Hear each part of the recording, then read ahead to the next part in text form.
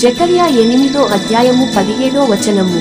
తన పొరుగువాని మీద ఎవడును దుర్యోచన యోచింపకూడదు, అబద్ధ ప్రమాణము చేయనిష్టపడకూడదు, ఇట్టివన్నీయు నాకు అసహ్యములు.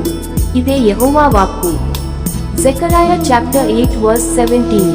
And let none of you imagine evil in your hearts against his neighbor, and love no falsehood, for all these are things that I hate, said the Lord.